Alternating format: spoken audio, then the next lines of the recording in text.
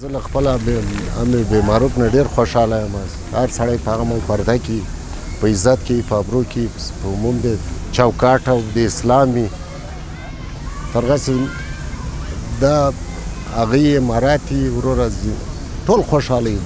بالمعروف بسیار کار نیک کرده که همه خانم‌ها را مردها را جدا کرده.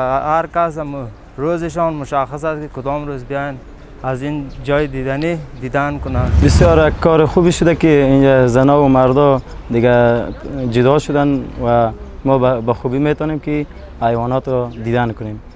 دیگه روز مخصوص است، مثلا زنا اگر امروز زنا باشه فردا باز مرداست. قواعد و مقرراتی که از طرف همی وزارت امر بالمعروف و نهی عن المنکر برای جامعه افغانستان خصوصا جامعه سنتی ما شما که مقرر شده واقعا یک اقدام بسیار خوب است. یک اقدام بسیار خوب است به شرط ای که به شکل درستش تطبیق شود. روزایی که برای طبقه اوناس